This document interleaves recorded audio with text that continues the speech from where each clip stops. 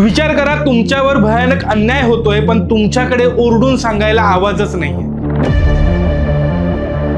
पण 100 वर्षांपूर्वी कोट्यावधी दलितांची हीच खरी परिस्थिती होती. गोष्ट सुरू होते 1920 मध्ये. डॉक्टर आंबेडकर नुकतेच अमेरिकेतून उच्च शिक्षण घेऊन परतले होते.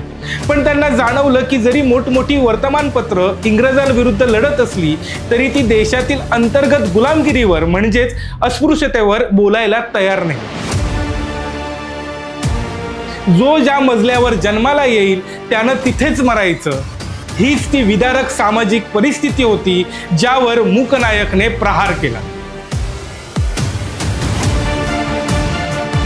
आणि याच मूक वेदनांना जिवंत करण्यासाठी 31 जानेवारी 1920 रोजी अशा एका वादळाचा जन्म झाला ज्याने भारतीय पत्रकारितेचा चेहराच बदलून टाकला. मूकनायक म्हणजेच मुक्यांचा नायक. संपूर्ण व्हिडिओ यूट्यूबवर अवेलेबल, लिंक बायोमध्ये.